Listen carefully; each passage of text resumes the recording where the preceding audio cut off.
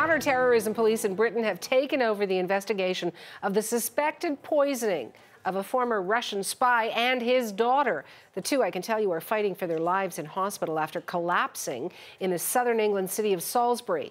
Authorities are increasing police in the area, but they also issued this reassurance. It is important to reiterate they have not declared this as a terrorist incident, as at this stage they are keeping an open mind as to what has happened. The advice from Public Health England remains that, based on the evidence, currently there doesn't appear to be any immediate risk to the public. And you might be thinking this is a storyline straight out of some cold spy thriller from, the Cold War. CBC's Thomas Dagla is monitoring the latest developments from London.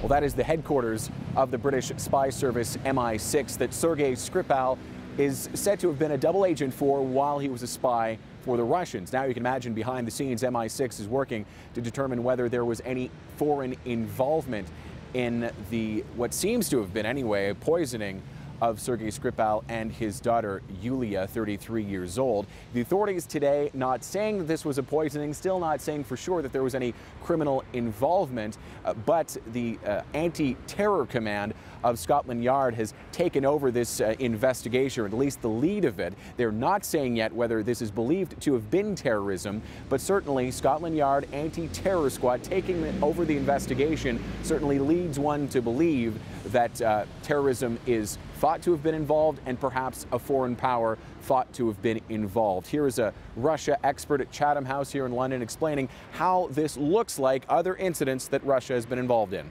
There have been plenty of other instances in between where individuals who have embarrassed the Russian state or betrayed it or cost its leadership money have died in extremely suspicious circumstances, usually looking like a cardiac arrest or a suicide, but in many cases leaving a lot of room for doubt as to exactly what happens. Nearby in the British House of Commons today, the Foreign Secretary Boris Johnson being careful not to directly blame the Russians for this incident on Sunday.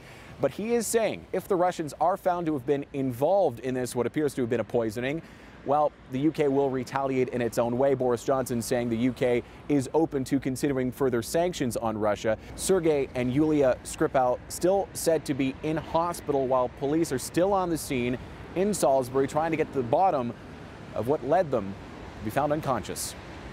Thomas Dagla, CBC News, London.